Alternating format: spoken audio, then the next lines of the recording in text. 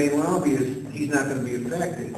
I mean, this bar, I think the concept is good, but I don't see how you could stop the political class and the people that feed off the political class from interfering and putting things into the Constitution that are not necessarily for the benefit of the people, only because they've got the money, the power, and the number of people. And that's my own question. How do you stop something like that?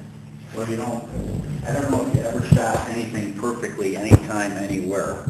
But you know what I'd say to folks, and as I've spoken to editorial boards across the state, here's my proverbial question. You don't like what you got today, and I'm suggesting here's an opportunity to try to change it, okay? Try. If not this, then what?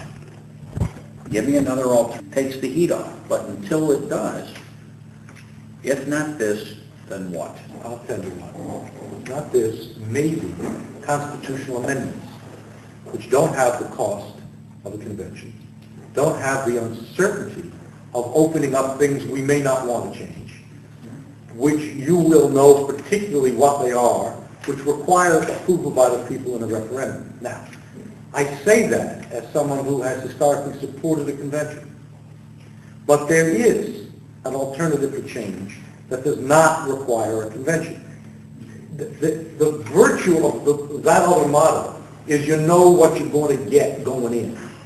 The danger of the convention is not so much, is that you don't know what it's going to be going in. You only know what it is going to be coming out. So there is an alternative model, and it ought to be part of the conversation. Thank you. I think we have an 8-month window to discuss this, and as Americans we've seen this many times in the past. You open a discussion that gets people's attention. Americans get organized real quick, and they get a focus, and let's go with this. And this 8-month-long window now is the discussion time. And in the end, in November, if you decide that 8 months hasn't really helped and that you think it's a more dangerous prospect than a good opportunity, then vote no. And the majority will, I assume. And the people have the right to, I think, have that decision-making power in their hands, whether they think they're ready and organized and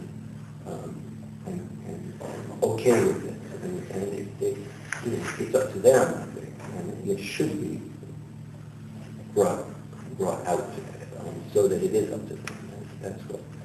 At the moment, it is only in the hands of a couple hundred.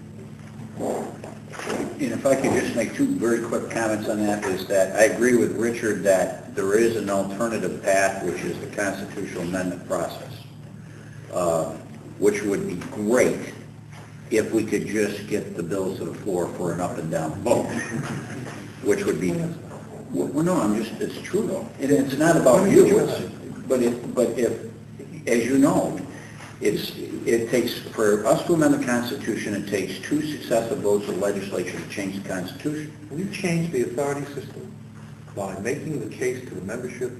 We've made the most fundamental reform of government in 30 years.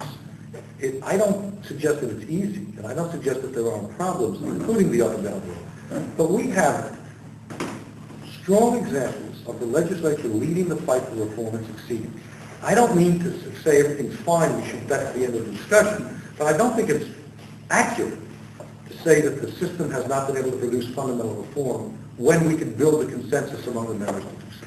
Well, and I think that's because it's who's in charge of deciding instead of having a full vetting. All I'm saying is that I think there could be more changes than what we have if we actually got them out there for up and down votes.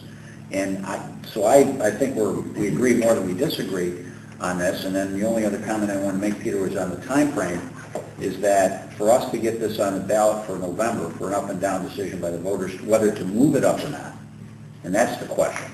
The legislation has to be passed before the end of session in June. So in terms of, that has to, and if there's ever one up and down vote I'd love to have right now, it's that legislation. Mark? Oh, I'm sorry, Yeah, I would like to add to hers. She's questioning the cost of it. There's also a value to it, or a savings, as you would in business, to justify the spending by the value or the deliverables. So in my mind, I've got a bullet list of all of the things we need changed. And there's probably a good value you could put on it. I mean, I'm a little ignorant to what was on it already.